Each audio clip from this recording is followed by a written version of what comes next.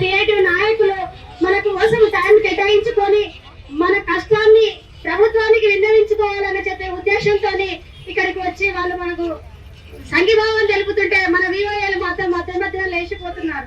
అది ఎంతవరకు కూడా కరెక్ట్ కాదు. కాబట్టి మన అందరికీ ఎంత ఓపిక అనేది ఉండాలి. ఎందుకు 20 సంవత్సరాల నుంచి కూడా మన వివోఏలుగా పనిచేస్తున్నాము. ఎలాంటి ఇన్సూరెన్స్ లేదు, కనీస వేతనం అనేది లేదు, మనకు ఒక గుర్తింపు లేదు, ఒక జాబ్ చార్ట్ అన్నది కూడా లేదు.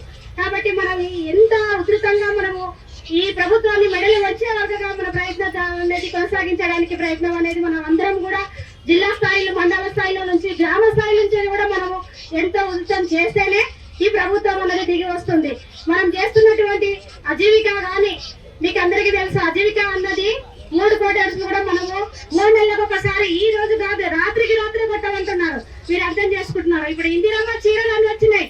టార్గెట్ ఎట్లా వచ్చిండు, ఒక్కొక్క ఊరికి 600, 500, వాళ్ళ ఆధార్ కార్డులు, వాళ్ళ ఫోటోలు అవన్నీ మనం చేస్తుంటే సంఘం సభ్యులకు కోట్ల రూపాయలు ఇస్తున్నాం, ఒక్కొక్క సభ్యులకు కోటీశ్వరాలను చేస్తున్నాం అంటున్నాం. మరి ఆ కోటీశ్వరులు కావడానికి కారణమైనటువంటి మన పరిస్థితులు, మన బతుకులు ఎట్లా ఉన్నాయో ఒకసారి మన ప్రభుత్వం కూడా ఆలోచించాలి. నిన్నగాక మొన్న మన వివోఏలు ఎంతమంది పనివత్తిల వల్ల, హార్ట్ అటాక్ల వల్ల చనిపోయారు. వాళ్ళ కుటుంబాలు ఎంత వీధుల పాలైనాయి కూడా ప్రభుత్వం అన్నది గుర్తించాలి. కాబట్టి మన వివోఏలు ఇప్పుడు కూడా ఈ ధర్నా కాకుండా ఇక మన సిఐటి రాష్ట్ర కమిటీ ఇచ్చే పిలుపుల మనకు ఎలాంటి ఉద్యోగ